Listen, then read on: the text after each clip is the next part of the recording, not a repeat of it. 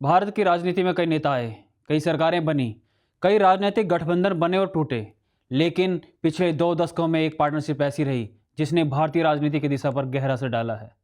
नरेंद्र मोदी और अमित शाह। एक तरफ नरेंद्र मोदी, एक ऐसा नेता जिसकी राजनीति में कम्युनिकेशन, लीडरशिप, डेवलपमेंट नैरेटिव और नेशनल विजन दिखाई देता है। दूसरी तरफ अमित शाह, एक ऐसा नेता जिसकी पहचान organisation, election management, political arithmetic और ग्राउंड लेवल स्ट्रैटेजी से जुड़ी रही है। लेकिन सवाल यह है कि क्या ये सिर्फ दो नेताओं की पार्टनरशिप है या इसके पीछे एक बहुत बड़ा पॉलिटिकल ऑर्गेनाइजेशन है, एक ऐसा नेटवर्क जो बूथ से लेकर पार्लियामेंट तक काम करता है, एक ऐसी स्ट्रैटेजी जो चुनाव को सिर्फ रैली नहीं बल्कि एक लगातार चलने वाली ऑर्गेनाइजेशनल एक्सरसाइज मानती है, और एक ऐसा विजन जिसका अगला बड़ा टारगेट है 2047 विकसित भारत। लेकिन यहाँ एक और सवाल है, क्या 2047 तक इंडिया को डेवलप्ड और ग्लोबल पावर बनाने का सपना सिर्फ एक पॉलिटिकल स्लोगन है या इसके पीछे कोई लॉन्ग टर्म स्ट्रैटेजी भी है? और सबसे महत्वपूर्ण, मोदी और शाह ने ये पॉलिटिकल जर्नी शुरू कहाँ से की थी? भारत की सबसे प्रभावशाली पॉलिटिकल पार्टनरशिप की पूरी कहानी। नमस्कार, मैं हूं राजेश चौहान और आप देख रहे हैं आज का भारत। नरेंद्र मोदी की कहानी 2014 से शुरू नहीं होती और ना ही 2001 से। उनकी पॉलिटिकल जर्नी उससे काफ़ी पहले शुरू हो चुकी थी। 17 सितंबर 1950 को गुजरात के बड़नगर में जन्मे नरेंद्र मोदी ने युवा अवस्था में आरएसएस से जुड़ा। प्रधानमंत्री की ऑफिशियल बायोग्राफी के मुताबिक 1972 से उन्होंने अहमदाबाद में आरएसएस प्रचारक के रूप में काम किया। फिर 1980 के दशक में बीजेपी ऑर्गेनाइजेशन में उनकी भूमिका बढ़ी। 1987 में वो गुजरात बीजेपी के जनरल सेक्रेटरी बने। यहीं से उनकी सबसे महत्वपूर्ण राजनीतिक क्षमता सामने आने लगी।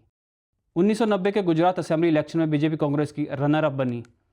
1995 में बीजेपी ने गुजरात असेंबली में 121 सीट जीती, यानी मोदी की राजनीति का पहला बड़ा चैप्टर मास रैलीज नहीं, ऑर्गेनाइजेशन था।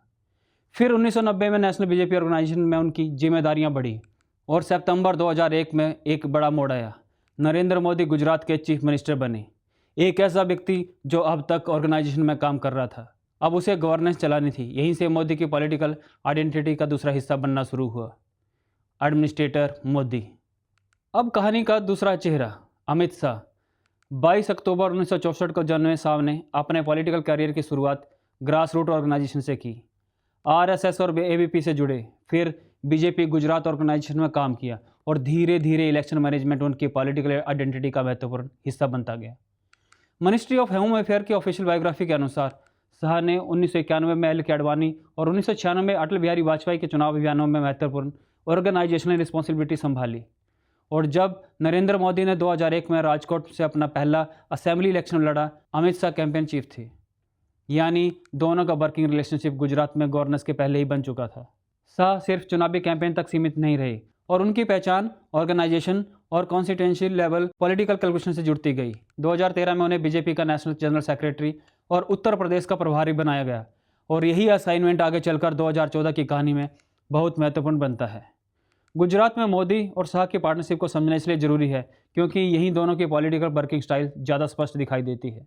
मोदी के पास था लीडरशिप और पॉलिटिकल नैरेटिव, शाह के पास था ऑर्गेनाइजेशन और इलेक्टोरल मैनेजमेंट। लेकिन गुजरात की कहानी को सिर्फ सक्सेस स्टोरी बनाना गलत होगा, क्योंकि 2002 गुजरात राइट्स भी इसी पॉलिटिकल जर्नी का अनअवॉइडेबल चैप्टर है। इस घटना और उसके बाद की लीगल और पॉलिटिकल कंट्रोवर्सीज ने मोदी के नेशनल इमेज को लंबे समय तक प्रभावित किया। इसलिए अगर कोई रिपोर्ट गुजरात की कहानी में सिर्फ डेवलपमेंट दिखाती है और 2002 को छोड़ देती है तो वो कहानी अधूरी होगी। दूसरी तरफ गुजरात में मोदी सरकार के दौरान इंफ्रास्ट्रक्चर, इंडस्ट्रियल इन्वेस्टमेंट और गवर्नेंस मॉडल की भी उनकी पॉलिटिकल ब्रांडिंग का महत्वपूर्ण हिस्सा बनाया गया। यानी गुजरात में दो नैरेटिव साथ साथ बने, डेवलपमेंट और स्ट्रॉन्ग लीडरशिप का नैरेटिव, और दूसरी तरफ 2002 और उससे जुड़ी पॉलिटिकल कंट्रोवर्सीज। यही कम्प्लेक्सिटी आगे चलकर नेशनल पॉलिटिक्स में दिखाई देती है। लेकिन 2001 से 2013 तक एक और चीज़ लगातार बन रही थी, मोदी का नेशनल पॉलिटिकल ब्रांड। 2013 तक नरेंद्र मोदी बीजेपी के सबसे प्रोमिनेंट नेशनल लीडर में आ चुके थे। फिर 2014 ये चुनाव सिर्फ कांग्रेस बना बीजेपी नहीं था, ये एक प्रेसिडेंशियल स्टाइल कैंपेन की तरफ बढ़ता दिखाई दिया, जिसके केंद्र में था एक चेहरा, नरेंद्र मोदी। लेकिन इस कैंपेन के पीछे ऑर्गेनाइजेशन भी उतना ही महत्वपूर्ण था। अमित शाह को उत्तर प्रदेश की जिम्मेदारी दी गई और यूपी में बीजेपी और उसके अलायंस पार्टनर ने 80 में से 73 सीटें जीती। बीजेपी के ऑफिशियल अकाउंट के मुताबिक शाह ने स्टेट के हर हिस्से में ऑर्गेनाइजेशन को मोबिलाइज करने पर जोर दिया। नेशनल लेवल पर बीजेपी ने 2014 में 282 लोकसभा सीट जीती। ये संख्या अपने दम पर मेजोरिटी के लिए पर्याप्त थी।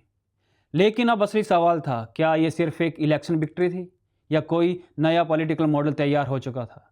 यहीं से मोदी शाह पार्टनरशिप का सबसे इंटरेस्टिंग हिस्सा सामने आता है, पॉलिटिकल एनालिसिस। एक तरफ मोदी का मास कम्युनिकेशन, दूसरी तरफ शाह का ऑर्गेनाइजेशन एक्सपेंशन।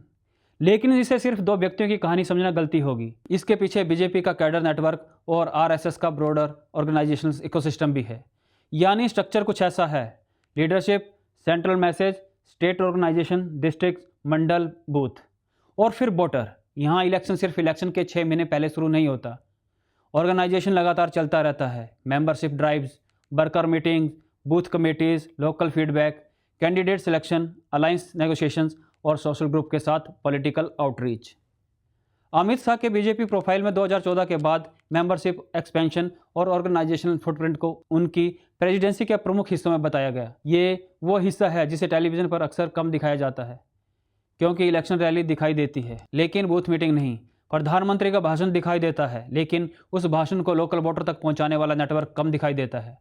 और शायद यही इस पॉलिटिकल मॉडल की सबसे महत्वपूर्ण बात है। 2014 के बाद बीजेपी सिर्फ दिल्ली की पार्टी नहीं रही, उसने कई राज्यों में अपनी ऑर्गेनाइजेशनल प्रेजेंस और इलेक्टोरल फुटप्रिंट बढ़ाया। अमित शाह जुलाई 2014 में बीजेपी के नेशनल प्रेसिडेंट बने। मिनिस्ट्री ऑफ होम अफेयर की बायोग्राफी के अनुसार उनके नेतृत्व में पार्टी ने कई राज्यों में गवर्नमेंट बनाई या अलायंस के जरिए सत्ता में पहुंची। लेकिन असली टेस्ट 2019 में था। 2019 लोकसभा इलेक्शन में बीजेपी ने 303 सीटें जीती। गवर्नमेंट इलेक्शन मटेरियल भी बीजेपी की 303 सीट विक्ट्री दर्ज करता है। यानी 2014 की मेजोरिटी एक एक्सीडेंट नहीं थी। कम से कम इलेक्टोरल आउटकम के स्तर पर 2019 ने यह दिखाया कि बीजेपी ने अपना नेशनल बेस बनाए रखा। और अब मोदी गवर्नमेंट के सामने 5 साल का दूसरा फेज था। मोदी की पॉलिटिकल स्ट्रेटेजी को सिर्फ इलेक्शन में समझना अधूरा है। उनकी गवर्नेंस पॉलिटिक्स में कुछ रेकरिंग थीम्स दिखाई देती हैं: welfare delivery, digital governance, infrastructure, national security, self reliance और direct communication with citizen. Government scheme को सिर्फ एडमिनिस्ट्रेटिव प्रोग्राम नहीं बल्कि पॉलिटिकल कम्युनिकेशन का हिस्सा भी बनाया गया। जन धन, यूपीआई, स्वच्छ Bharat, housing, digital services, infrastructure और बाद में आत्मनिर्भर भारत। इस मॉडल में एक इंपॉर्टेंट प्रिंसिपल है: सरकार का काम सिर्फ पॉलिसी बनाना नहीं, उस पॉलिसी की विजिबिलिटी भी जरूरी है। यानी सिटीजन को ये महसूस होना चाहिए कि सरकार की पॉलिसी उसकी ज़िंदगी तक पहुंच रही है। ये पॉलिटिकल कम्युनिकेशन का बहुत पावरफुल मॉडल बन गया।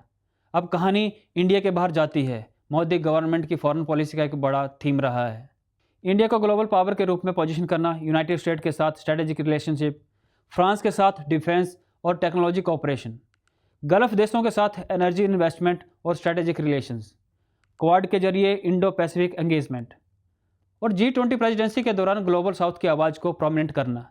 2026 में फ्रांस और इंडिया ने अपने रिलेशनशिप को स्पेशल ग्लोबल स्ट्रेटेजिक पार्टनरशिप तक अपग्रेड किया और डिफेंस, टेक्नोलॉजी और इनोवेशन में नए कॉपरेशन मैकेनिज्म की घोषणा की।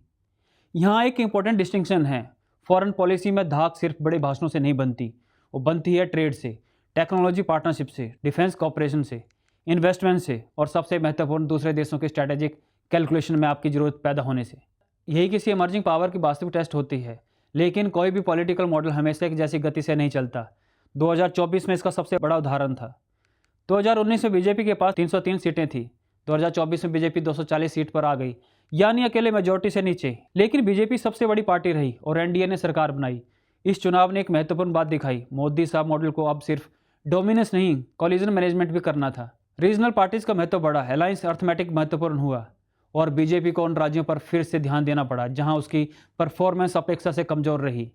यानी 2024 ने यह नहीं दिखाया कि मॉडल ख़त्म हो गया, बल्कि ये दिखाया कि मॉडल को अडेप्ट करना पड़ेगा।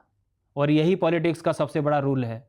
जो स्ट्रेटेजी 2014 में काम करती है, जरूरी नहीं वो 2024 या 2034 में भी इसी तरह काम करे। अब आते हैं उस लक्ष्य पर जिसके आसपास मोदी गवर्नमेंट की लॉन्ग टर्म पॉलिटिकल नैरेटिव बन रही है: विकसित भारत 2047। 2047 में इंडिया अपनी इंडिपेंडेंस के 100 साल पूरे करेगा। प्राइम मिनिस्टर नरेंद्र मोदी ने इस माइलस्टोन को डेवलप्ड इंडिया के लक्ष्य से जोड़ा है। 2026 के बजट रिलेटेड पॉलिसी मैसेजिंग में सरकार ने 2047 को लॉन्ग टर्म नेशन बिल्डिंग गोल के रूप में रखा है। लेकिन डेवलप्ड कंट्री बनने का मतलब सिर्फ जीडीपी नहीं। अगर इंडिया को वास्तव में टॉप ग्लोबल पावर में जगह बनानी है तो कई चीज़ें एक साथ बदलनी होगी।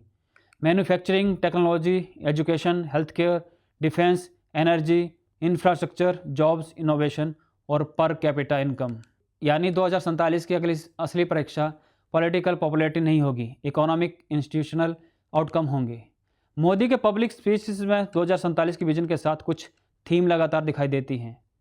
Self reliance, technology, innovation, defence capability, energy security और इंडिया की ग्लोबल पोजीशनिंग। 2025 के इंडिपेंडेंस डे एड्रेस में मोदी ने सेल्फ रिलायंस को विकसित भारत की फाउंडेशन बताया था और डिफेंस, टेक्नोलॉजी, एनर्जी और मैन्युफैक्चरिंग में इंडिजीनियस कैपेबिलिटी पर जोर दिया था। यानी सोचिए है, अगर इंडिया क्रिटिकल टेक्नोलॉजी के लिए दूसरों पर निर्भर रहेगा तो स्ट्रैटेजिक ऑटोनॉमी सीमित रहेगी। इसलिए सेमीकंडक्टर से लेकर डिफेंस टेक्नोलॉजी और एनर्जी तक कैपेबिलिटी बिल्ड करना जरूरी है। लेकिन यहाँ फिर एक डिस्टिंक्शन विजन घोषित करना एक चीज़ है, उसे हासिल करना दूसरी। यही 2047 की सबसे बड़ी परीक्षा है। अमित शाह के सामने भी चैलेंज बदल चुका है। एक समय था जब बीजेपी को कई राज्यों में अपना ऑर्गेनाइजेशन बनाना था, फिर एक्सपेंशन हुआ, फिर नेशनल डोमिनेंस आई और अब सवाल है क्या ये ऑर्गेनाइजेशन अगले 20 साल तक भी उतना ही इफेक्टिव रह सकता है। क्योंकि पॉलिटिक्स में सिर्फ एक लीडर काफ़ी नहीं होता, आपको चाहिए second line leadership, state level leaders, local leaders, booth workers और बदलते डेमोग्राफिक और सोशल इक्वेशन को समझने की क्षमता। बीजेपी की ऑर्गेनाइजेशनल स्ट्रेंथ उसकी सबसे बड़ी एसेट्स में से एक है, लेकिन वही स्ट्रेंथ फ्यूचर में चैलेंज भी बन सकती है अगर ऑर्गेनाइजेशन सिर्फ एक सेंट्रल लीडरशिप पर अत्यधिक निर्भर हो जाए। इसलिए असली टेस्ट है क्या सिस्टम व्यक्ति से बड़ा बन सकता है। और अब शायद सबसे अनकंफर्टेबल सवाल, मोदी शाह के बाद क्या? ये सवाल किसी व्यक्ति के खिलाफ नहीं, हर पॉलिटिकल सिस्टम के लिए ये स्वाभाविक सवाल है, क्योंकि इतिहास में कोई भी नेता हमेशा नहीं रहता। मोदी के बाद क्या बीजेपी वही पॉलिटिकल कम्युनिकेशन बनाए रख पाएगी? क्या ऑर्गेनाइजेशन उतनी ही डिसिप्लिन रहेगी? क्या वोटर एक्सपेक्टेशन मैनेज होंगी? क्या 2047 का विजन किसी एक लीडर की पर्सनैलिटी से आगे जाकर इंस्टीट्यूशनल मिशन बन पाएगा? और अमित शाह के बाद क्या बीजेपी की इलेक्शन मैनेजमेंट मशीनरी वही एफिशिएंसी बनाए रखेगी? इन सवालों का आज कोई निश्चित जवाब नहीं, लेकिन ये किसी पॉलिटिकल पार्टनरशिप की सबसे बड़ी परीक्षा होती है। क्या उसने सिर्फ सत्ता जीती या क्या उसने ऐसा सिस्टम बनाया जो उसके बाद भी चलता रहे? नरेंद्र मोदी और अमित शाह की कहानी को अगर एक लाइन में समझना हो तो शायद ये होगा, एक ग्रास रूट पॉलिटिकल जर्नी जिसने नेशनल पावर का रूप लिया। मोदी की यात्रा बड़नगर से आरएसएस से बीजेपी ऑर्गेनाइजेशन, गुजरात और फिर न्यू दिल्ली तक। शाह की यात्रा grass root politics, Gujarat organisation, election management, Uttar Pradesh BJP presidency और फिर होम मिनिस्टर तक। लेकिन ये कहानी सिर्फ दो लोगों का नहीं है, इसके पीछे बीजेपी का ऑर्गेनाइजेशन है, आरएसएस का वाइडर इकोसिस्टम, करोड़ों वोटर है, वर्कर हैं, रीजनल अलाइंसेस हैं और सबसे महत्वपूर्ण भारत की बदलती पॉलिटिक्स एक्सपेक्टेशन है। 2014 ने मोदी शाह मॉडल को नेशनल मेजॉरिटी दी, 2019 ने उसे और मजबूत किया, 2024 ने उसे चैलेंज किया और अब 2047 तक ऐसी डेडलाइन है जिसके सामने पॉलिटिकल स्लोगन से ज़्यादा इंपॉर्टेंट होंगे रिजल्ट्स। क्या इंडिया डेवलप्ड कंट्री बनेगा? क्या Indian manufacturing global supply chain में बड़ी भूमिका निभाएगी? क्या इंडिया एआई, सेमीकंडक्टर, डिफेंस और स्पेस टेक्नोलॉजी में लीडिंग पावर बनेगा? क्या युवाओं को पर्याप्त क्वालिटी जॉब्स मिलेंगी? क्या इंडिया की per capita prosperity developed economics के करीब जाएगी? क्या इंडिया की per capita prosperity developed economies के करीब जाएगी?